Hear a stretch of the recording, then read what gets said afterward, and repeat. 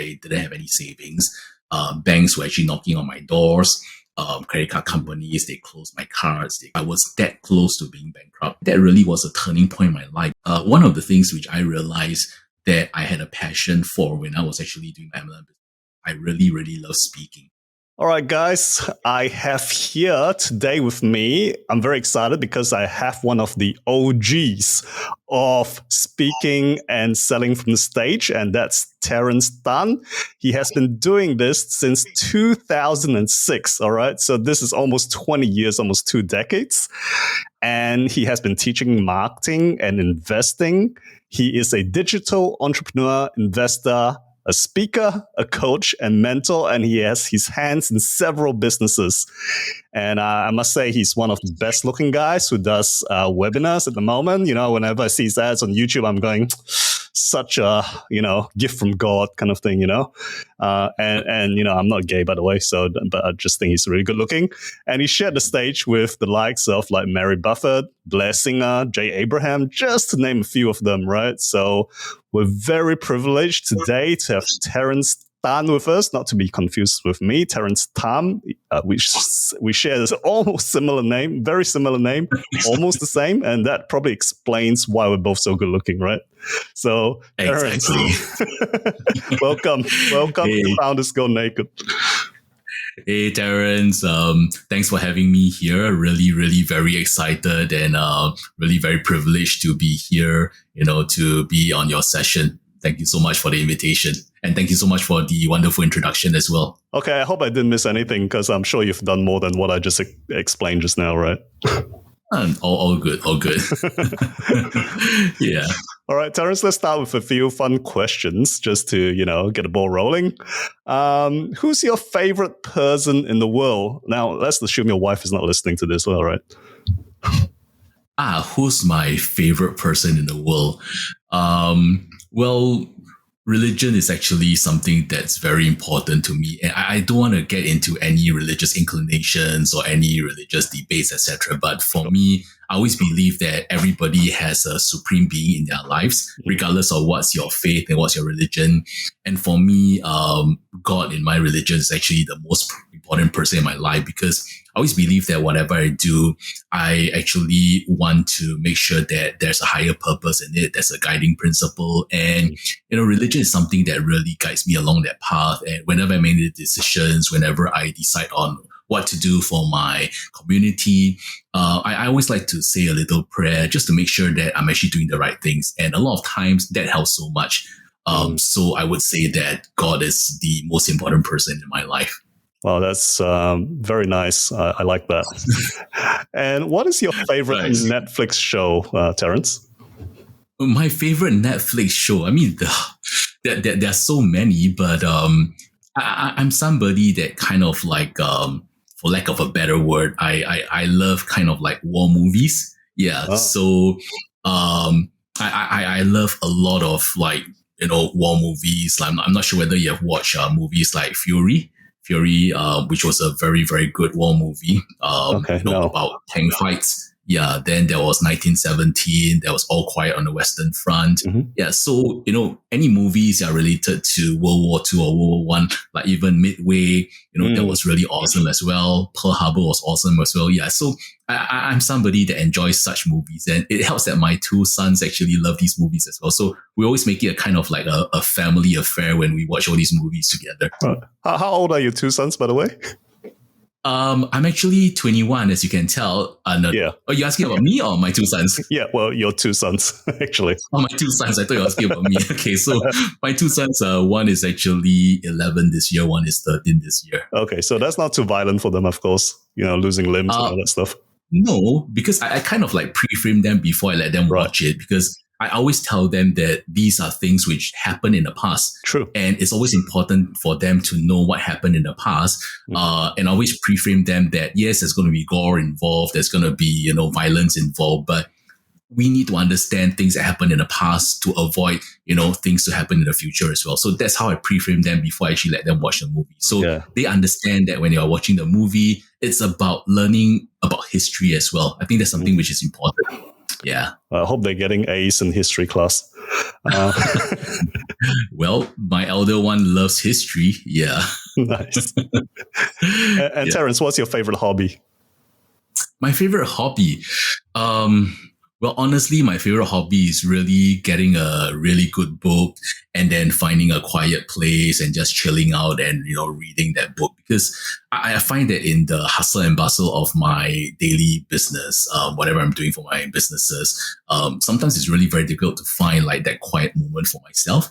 So whenever it's possible, I really just like to, get my favorite book, find a nice cafe and really just read up and really just catch up on my reading, sipping on my favorite latte.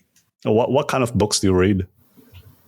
Anything to do with business, anything to do with entrepreneurship, Right. anything to do with personal development. Yeah. Right. So it's not a one of those romance kind of novels that you read. No, unfortunately not. That's why my wife is always complaining that I'm not romantic enough. You maybe should just pick up one or two of her books. Maybe I should. Okay, final question. Who is your favorite guru? I mean, I have quite a number. I like Dan Lok a lot. Dan is actually somebody that I really, really admire. One of the reasons is because he's also Asian, and he really embodies the kind of successful icon of how an Asian can really be at the top of his game. And, Dan has been around for really many, many years, but he has maintained a very consistent branding. He's very well known in his field expertise. He's very good at platform closing. He's very good at, doing high ticket sales. Yeah. So he's somebody that I feel is really at the top of his game, and he's somebody that I really admire. Nice. And I guess one of the cool things about him is that he doesn't really speak with a perfect accent, but somehow he just is really popular. Exactly. Yeah. And I think that also comes from the fact that he's very authentic. He doesn't try to speak with a perfect English like what you said. He's basically just like, for lack of a better word, this is who I am. If you like me, come join me. If you don't like me, then, go someplace else. Yeah. So he's really authentic. He'll probably use the F word there, but you're very polite because you're a man of God. Exactly. I believe he does. So, Terence, we'd like to find out, tell us more about, your whole journey, how you got started, where you came from and how you got to where you are today. I'd love to hear the story. So my journey was kind of like a little bit different from other people. So I graduated from Nanyang Technological University in Singapore, and I studied mechanical engineering. Yeah. And after that, I worked for one of the largest government-linked engineering companies in Singapore. But after a year, I kind of like realized that working in the corporate world wasn't for me. I was working like really long hours. Literally, by the time I came back home at night, I was so tired that I didn't even bother bathing. I'll just crash on my floor. I wouldn't even go to the bed. And in the morning, I'll just shower and go back to work again. Yeah. And it was supposed to be Mondays to Fridays, but I found myself going back to work on Saturdays and Sundays as well. So after a year, I kind of like told myself, heck, I shouldn't be using this word on this podcast, but that was really how I felt at the point in time. So I told myself that this isn't the life I wanted. I didn't want to have my life subject to approval, and I decided to fire my boss. Yeah, but there was just one small issue. At a point in time when I fired my boss, I didn't actually have a backup plan. I didn't know what I was going to do next. And, kind of like, I was asking myself, should I go and look for another job? But if I went to look for another job, it's just like jumping from one hole to another hole. So at a point in time, I asked myself, what was it that I really wanted? And I realized that I wanted a breakthrough. At a point of time, believe it or not, I was actually a very introverted person. I was really very shy. I didn't really dare to speak to other people. I was very, very much somebody I kept to myself. And I realized that, the breakthrough I needed was to come out of my shell. The breakthrough I needed was to actually be able to speak to more people and speak to people on a one-to-many basis and not just on a one-to-one basis. And it so happened that I was looking at all the different careers that would help me to be able to do that. And I decided to go into something that I think a lot of people would actually frown upon, which is multi-level marketing or network marketing. Yeah. So I went into Singapore-based multi-level marketing, and within a short span of 2 years, I built my team to actually one of the largest in the company. We did about 20 million US dollars in sales. We had like teams around the whole entire region.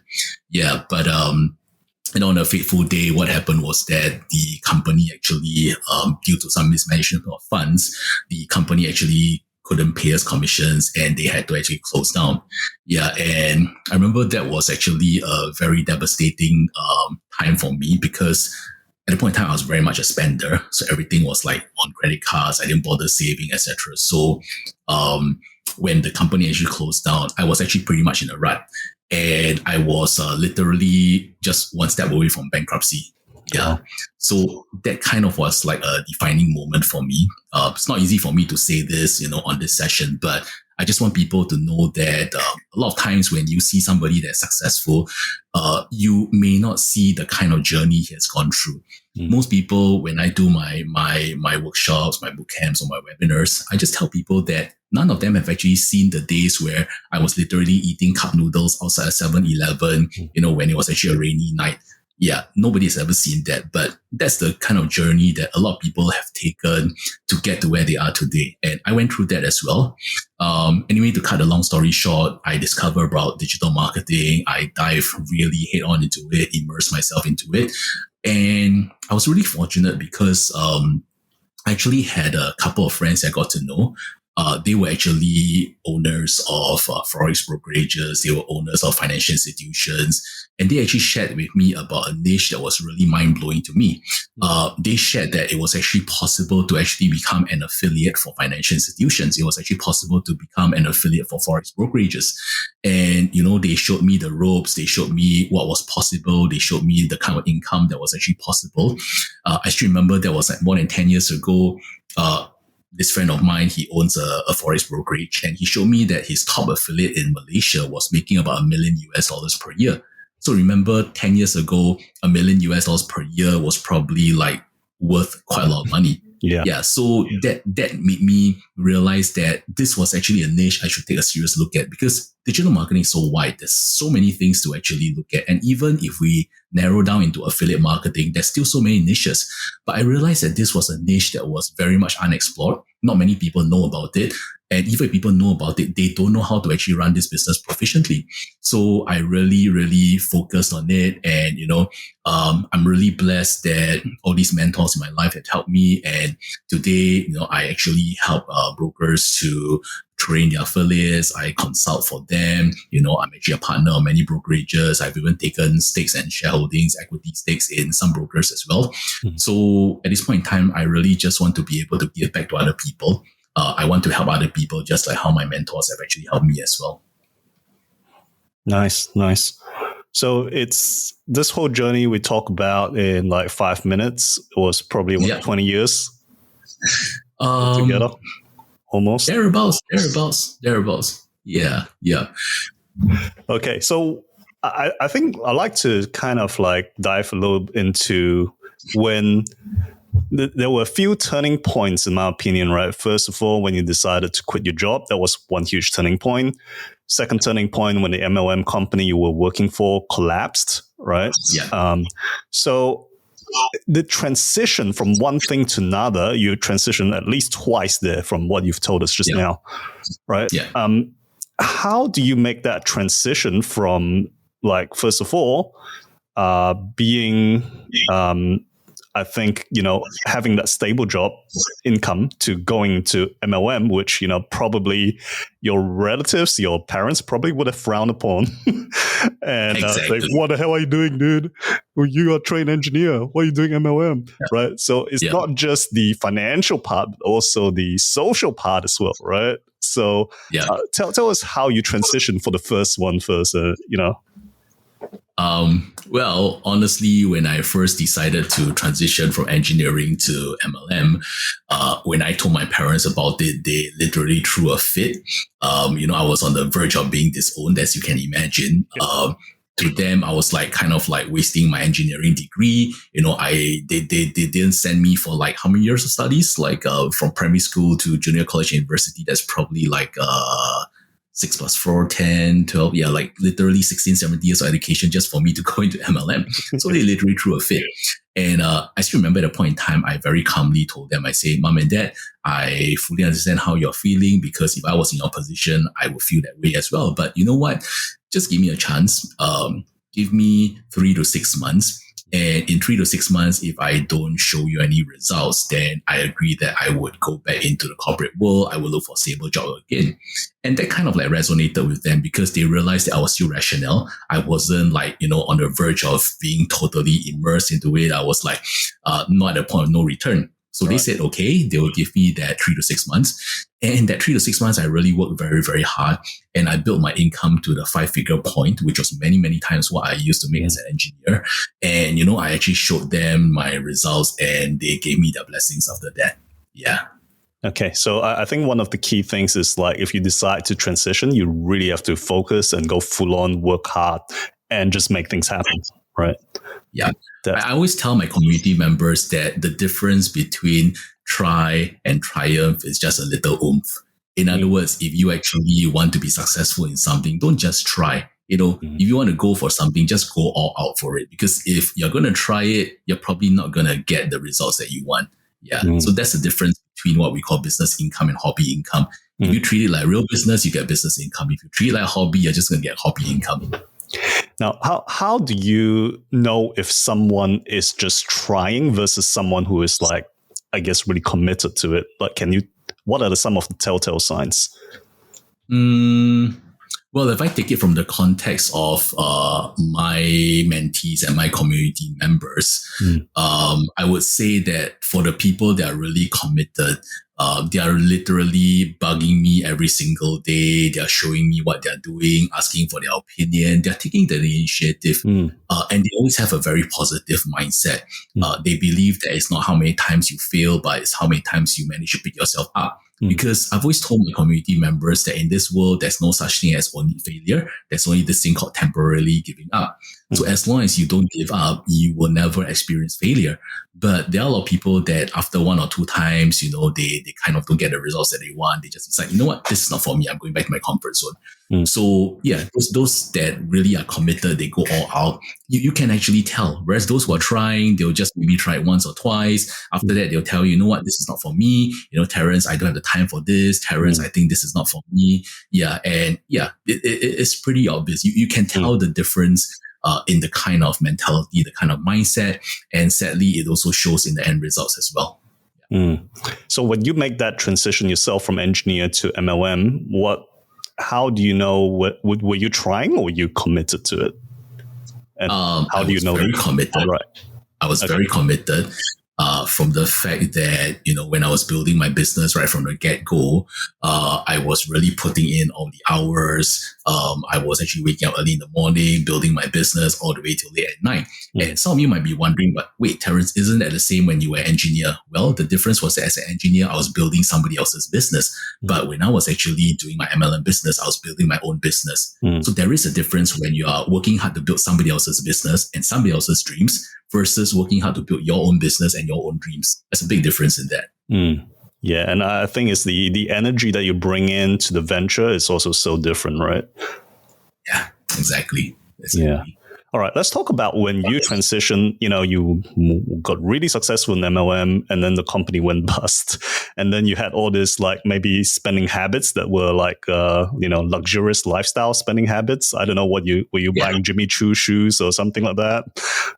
Whatever you can think of. Yeah. The pen had to be Mont Blanc. My clothes all the way from top to bottom were all branded. All the Italian branded names you can think of. Everything was branded. Yeah. All right.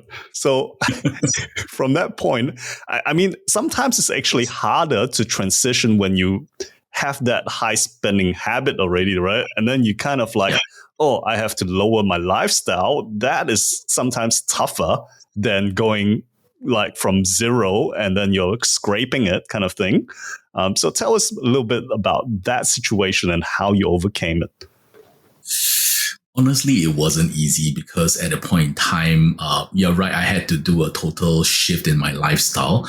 I had to go from, really spending on big ticket items to watching every single cent that I was actually spending on.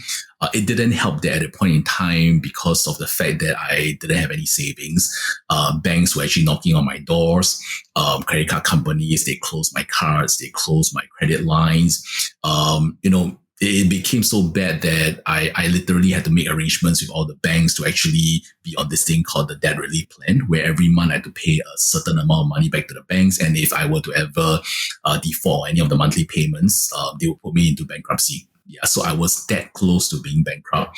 That really was a turning point in my life, because I asked myself this question: Terence, how much longer do you actually want to be in this state? And I realized one very important thing. I realized that it's all in the mind, because if I could actually transition from being an engineer to building up my business in MLM, I can always transition into something else. And that's where I started to look for other things to do. And one of the things which I realized that I had a passion for when I was actually doing my MLM business was I really, really love speaking. I love, public speaking. I love actually doing training. Yeah. And it was actually at that point in time that I'm very grateful for another mentor in my life. Most of you probably know him. His name is Richard Tan. He's actually the founder and the CEO and the boss of this company called Success Resources. So Success Resources had brought in all the top speakers in the world, people like Anthony Robbins, Jay Abraham, ex-President Bill Clinton, Obama, Donald Trump. He's brought in so many luminary speakers. So I went to Richard and asked Richard, Richard, can I actually do all your previews for you? Can I do all your sales events for you?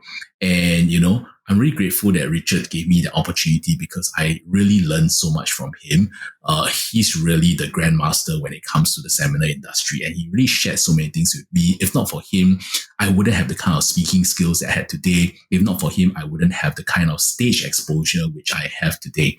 So I really am thankful for him, because I always believe that our lives are always shaped by the books that we read, the movies that we watch, and the people that we actually are mixing around with. And I'm really blessed that I've got so many mentors and so many angels in my life. And, if not for these people, I really wouldn't be where I am today. And I really wouldn't have the kind of results that I have today. So really grateful to people like Richard, who gave me opportunities back then to be able to speak from the stage, to be able to actually sell from the stage, to be able to do platform closing. And that really helped me to build my foundations very well.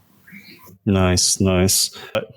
So, Terence, I think that you shared one really good lesson there about looking back at your wins, right? That help you to propel yourself and to become more successful. In this case, it's your transition from engineering to MLM. Then you think, well, why can't I transition again?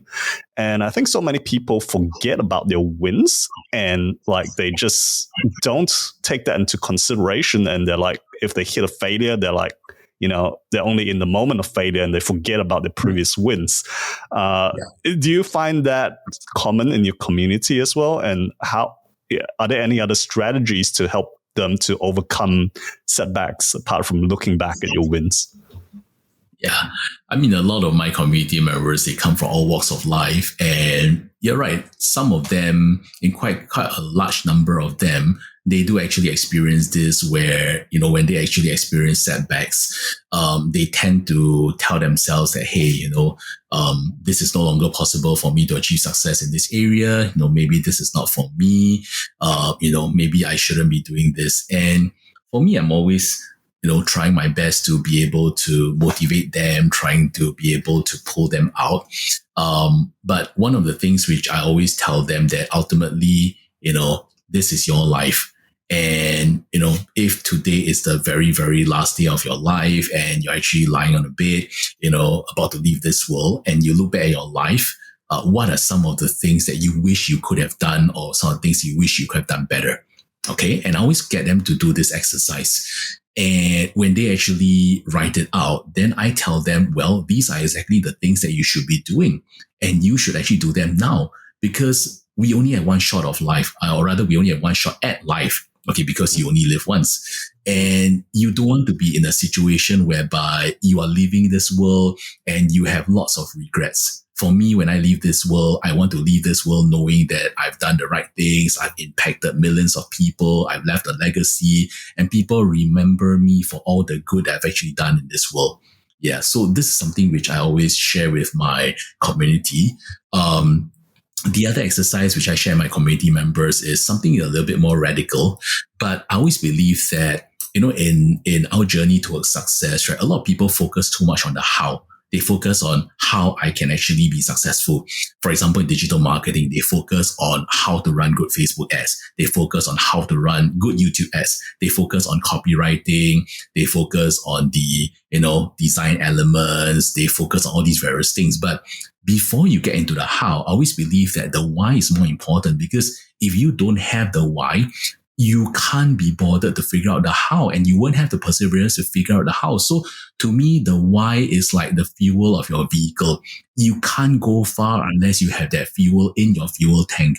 And having that why, having strong reasons why you must be successful, why you must have a certain income level, why you want your family to have a certain level of, luxury or certain level of comfort. These are all things that you need to know. And most people go through life without even knowing that. Sometimes I tell my community members to do this exercise, which can be very radical. I tell them to write 300 reasons why they must be successful in life. And some of them give me this face. They say, Terence, I can't even think of 5. How you ask me to write 300? I say, exactly, because you don't have enough reasons. Imagine you want to drive from Singapore to Kuala Lumpur, and you are only doing that with maybe 1/4 tank of petrol. How are you ever going to get there? And some of them actually realize, hey, that's actually true. So if you don't have enough reasons in life to be successful, you don't have that motivation, you don't have that drive, you don't have that fuel, forget about thinking about how, because every time you hit an obstacle, every time you hit a rut in life, you're just going to tell yourself, you know what, maybe I should just give up. Maybe this isn't for me. Maybe I should go back to my comfort zone. Yeah. So that's something which I tell my community members, and it's really helped so many of them. Wow. That was inspirational. I mean, that was good enough to get you elected as the US president, I think. I mean, yeah, and also very practical, jokes aside, right? I mean, 300 reasons why you need to be successful. Dang, that's like, okay, we need to do it now, right? There's no more slacking off. Exactly. Yep. All right. Exactly. All right. So you listeners out there, write 300 reasons as you're listening to this, and I'm sure you have enough for you to move forward. All right. So the other thing I want to ask Terence is that, you mentioned that you looked at your strengths before you kind of got into this whole, speaking thing, right? Yeah. How does someone know whether they're suitable to, be a coach or a speaker or whatever they choose to? And how would you go around assessing that strength or finding that strength? That's really a very good question. I guess a lot of people, they look at the coaching industry, the speaking industry, as a very lucrative industry. And don't get me wrong, it is a very lucrative industry. Being a trainer, being a coach, being a speaker, it's definitely something that's very lucrative. It's something that actually does, generate a lot of income, it pays the bills, etc. But I think more importantly is you have to reach inside yourself and ask yourself, why is it you want to be a coach? Why is it you want to be a speaker? Why do you want to be a trainer? Why do you actually want to mentor people? Because I always believe that whatever business you do, not just in the coaching industry, there's 2 very important things. One is what I call authenticity. In other words, you have to be authentic. Yep. And the other one is what I call congruency. So you have to be congruent. In other words, what you think in your head, what you feel in your heart, and what you actually vocalize has to be in one line with each other. It has to be all in line. So a lot of people, when they go into the coaching industry, maybe in their head, they're thinking, hey, I want to be a coach because it makes a lot of money. Okay, it brings in a lot of income. And because they think that way, it actually allows them or makes them feel that way. And when they feel that way and they think that way, when they actually vocalize their words, even if they follow exactly the same script as somebody else, it actually creates this energy that the recipient can actually feel. I think some of you have probably resonate with what I'm actually saying, where you maybe attended somebody else's webinar or maybe attended a training session, and you feel that the speaker, all he wants is your money. All he wants is for you to actually part with that amount of money. Okay. But You've probably also attended other webinars or other training sessions where you really feel that the speaker has your interest at heart. Yeah. So before anybody were to consider becoming a coach or trainer, ask yourself, what's the real reason that you actually want to go into the coaching or speaking industry? If it's just for the sake of money, let me tell you, you will never go very far because people can smell you from a mile away. But if your real reason is because you want to make a difference in people's lives, you want to impact more people, you want to build a community of successful people, you want to actually be able to build a mastermind alliance, you want to be able to help as many people to achieve a certain level of success as possible, people can feel that because you are congruent. The way you feel, the way you actually have in your head, and the way you vocalize it all in line with each other, people can feel it, and that draws people to you. It's an attractive force. And people will actually be attracted to what you're doing. And that's why you can be doing this for 20 years and still doing it and still loving it. Exactly, because I don't look at it as work. I look at it as something that I enjoy doing. It's something that, you have to enjoy what you're doing. You can't look at it as work. The moment you feel that it's work, that it becomes a chore. Yeah, agreed. Now, Terence, you also mentioned you got multiple fingers in multiple pies, I should say. And like you have investments into various brokerages and all that kind of stuff. So I think for a lot of coaches, that could be something to aspire to. But why did you start investing in these partnerships, and what are some of the benefits, and what are some of the things to watch out for in such partnerships? Good question. So for me, I'm somebody that always am keen to be an equity partner if the business resonates with what I actually believe in, it's in alignment to my belief system. And, along the way, I've actually met a lot of great partners in the industry.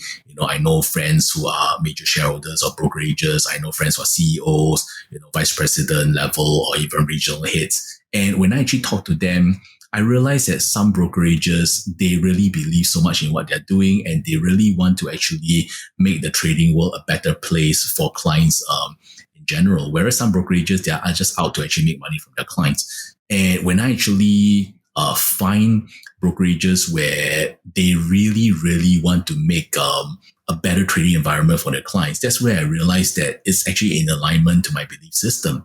And when I get to know the owners a little bit better, at some point in time, I will actually broach this question of whether there can actually be a collaborative partnership and even an equity deal in play. Yeah, because I always believe in expanding my portfolio. And, if this company, I see that there is actually a potential for growth, and I see that, they're actually on an uptrend, and more importantly, their belief system is in alignment to mine, I always believe that by taking a stake in the company, I can actually contribute and help the company to grow even better. Nice. Yeah, so it's got to be win-win. Obviously, you coming in, you're adding value to the company, and they all obviously pay you dividends or what have you. So that kind of works out. Yeah, for everyone. That's right. Okay, so Terence, I think one of the common themes is that from today's talk, one of the common themes I find is that we talk quite a few times. We talk about money.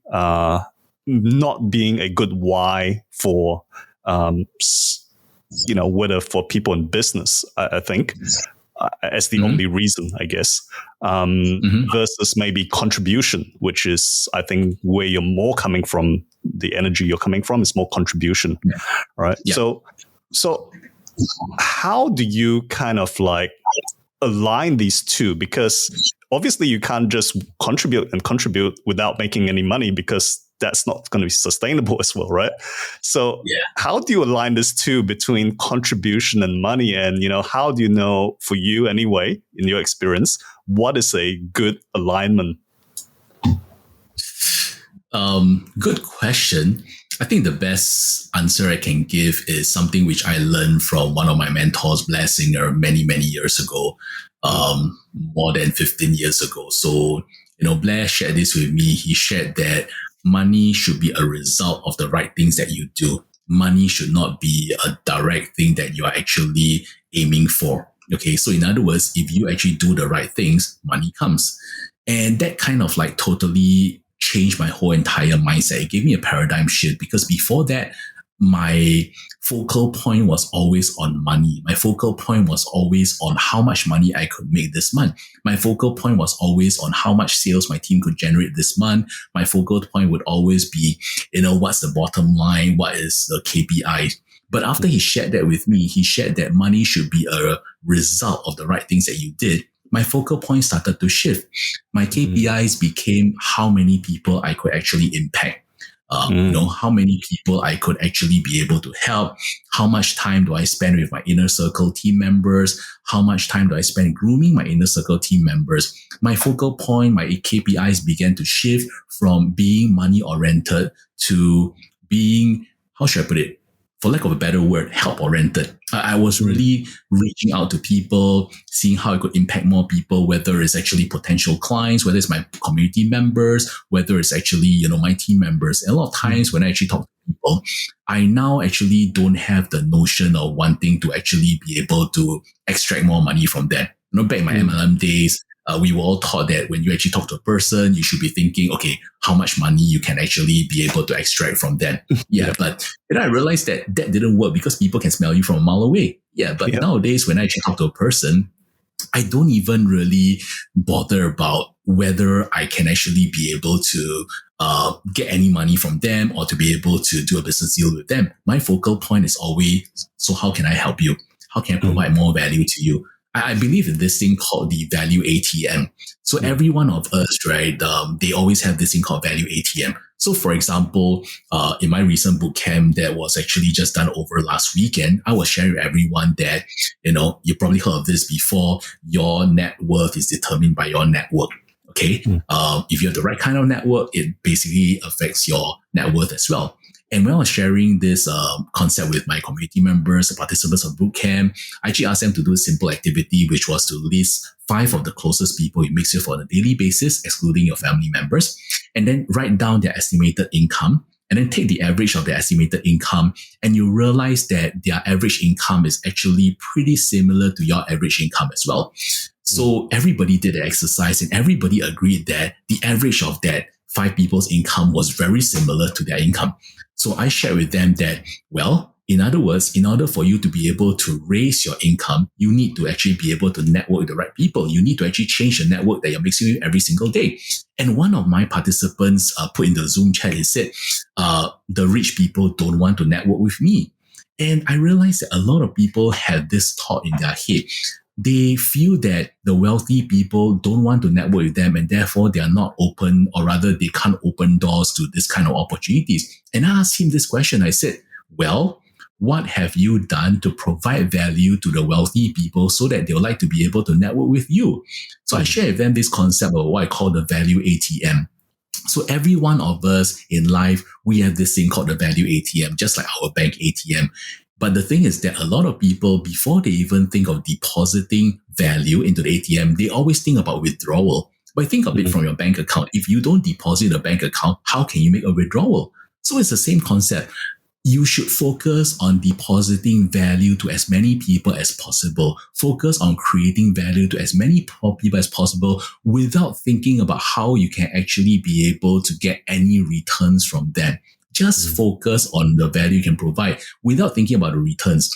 And one fine day, you realize that when you need to make a withdrawal from your value ATM, you have created so much value to so many people. There will always be somebody that will be willing to help you in the area that you need help in. It's something that has happened to me so many times. I just go about helping people without thinking about how I'm going to get a return from it. And one fine day when I realized that, hey, I need help in this area. Oh, this person I've helped before. I just reach out to that person. Hey, so-and-so, I need help in this area. Do you think you can help me there? And boom, they just actually help me without even thinking about it. Yeah. So ask yourself this question, all the listeners here. Have you provided value to enough people? Because if not, don't even think about extracting value. You have to provide value to other people first before thinking about extracting value from them. That is such good advice. So, Terence, I'm just curious as well. Since you shifted from a money focus to a, value first focus or contributing value focus, how has that impacted your life and your business and everything else? Well, for one, I've become a much happier person because I know that I'm actually impacting more lives, I'm helping more people, I'm creating more value for people. And from a business perspective, it's actually worked wonders. It has actually allowed me to partner with the right people. It's allowed me to partner with talents which were not possible in the past. It's allowed my business to grow by leaps and bounds. It's allowed me to, be able to have business collaborations with people from countries that I never thought were possible. It's allowed me to open doors to so many opportunities that were not possible in the past. Mm. Yeah, I totally agree with you on this front because like sometimes I just provide value and ask for nothing in return, and it's quite amazing what can happen. So guys, Yeah, exactly. if you're listening, definitely try it at least for 6 months and see what happens. Yeah, agreed. All right. Terence, I just want to ask you, because you're one of the OGs in stage selling from seminars, webinars, and events. What would be the one tip you can share to get people rushing to the table, for lack of a better word, or making more sales at events? Well, if there's one tip that I could share, it's really about being authentic and thinking from your customer's perspective. Yeah. Again, a lot of people, when they sell from the stage, they're always thinking about, okay, how many sales can I make? How many people will actually buy my product? But you are actually approaching it from your perspective, not from your customer's perspective. And everybody who's actually sitting there listening to you will always be tuning into this radio channel, which I call WIIFM, which is what's in it for me. So you have to convey to them very, very clearly what's in it for them if they were to actually be part of your community and they were to take up your products and services. So you have to be authentic and you have to think about how you can actually provide value for people who will be joining your community or taking out your products and services. And if you can think from that perspective, you would actually be able to craft a really irresistible offer. You would actually be able to craft something that people would actually want to be a part of. Right. So it's just about approaching it from the right place with the right heart, and then everything should fall into place. Exactly. Because like what I said, the why is always the most important. The how can always be figured out later on. You can learn it from other people. You can find other people to help you with it. But you must first have the right why. You must first have the right starting point, the right motivation. Everything flows from there. So what do you think of the advice that a lot of the platform selling gurus tell you, like, don't provide too much value, or otherwise people won't buy your stuff because they have everything and they'll go and do it themselves? What's your thoughts on that? I don't want to comment too much because we are all in the same industry, and I don't want to be saying things in saying the way it shouldn't be. But yeah. For me, I believe in a different approach. I believe that I give as much value as possible. Okay. And my bottom line is this. I'm going to show you how it's done. I pull back the curtains. I show you my whole entire system. And if you think that you can actually copy my system and you can actually go and do it yourself, by all means, I'm fine with that. But I've realized that more often than not, the people that think that they can do it themselves often come back to me and say, you know what, Terence, I can't do it myself. Can I be part of your program? Because in your program, your team member sets up everything for me. So in my program, my team members, we literally set up all the various components. We do literally all the hard work for our clients, even before they actually come for the bootcamp itself. Yeah, so I'm not too concerned about that because I'm confident of the value that I actually provide to my clients. And I know that if they were to try it on their own, it's not going to be easy. The reality is that not many people would be able to do this whole entire thing. And sooner or later, they're just going to come back to me as well. So that's not something I actually worried about. Yeah. Personally, I like your approach, and I subscribe to your approach too. And that's why on this podcast, we kind of review everything as well. And, Right. we're not worried, because if people want to do it themselves, by all means, but sooner or later, they could figure out, this is kind of a bit hard, I need help. And they come back to you, right? Exactly. Yeah. And I think DIY, do it yourself is. Yeah, sorry. Go ahead. Another thing that I find is that if people who are kind of like just giving a bit of information, teasing people, I find that they get a lot of bad reviews, and people talk bad stuff about them. That they just wanted to pitch me and sell me at the webinar or whatever, and they it leaves a bad taste in the mouth, I think. Yeah. I think times have changed significantly. In the past, this approach would work, but nowadays where, webinars and seminars are just so prevalent, there are just so many people that's actually trying to enter the space. Times have changed and the angle and the approach needs to change as well. Yeah. Yeah, I agree. So, Terence, thank you so much for so much value that you provided today. I am just so grateful for you for appearing on this podcast. And for those people who listen, I am so sure they will get so much value from this as well. Now, thanks for having me as well. Thanks for having me. Yeah, it's great. It's just been great. And if people want to get more value from you, Terence, where do they find you, or how can they find more about you? There's two ways. You can actually go to my personal site, which is terencetan.com, or you can actually, if you're interested in understanding a little bit more about the program that I run, I do actually have a landing page where I actually do a webinar to talk more about the program that I run as well. So maybe what I can do is that, Terence, I can send you the links and then you probably can put it in your podcast or put it in the description as well. I think that will help better rather than me giving the URL over here because it's quite a long URL. Right. Yeah, that's kind of helpful. Yeah. So we'll have it in the show notes, guys. So make sure you follow Terence because you can see he's a very authentically giving person. So I'm sure if you attend his webinar and check out his page, you get plenty of value from it. So thanks again, Terence. Oh, thanks so much for inviting me and thanks so much for having me.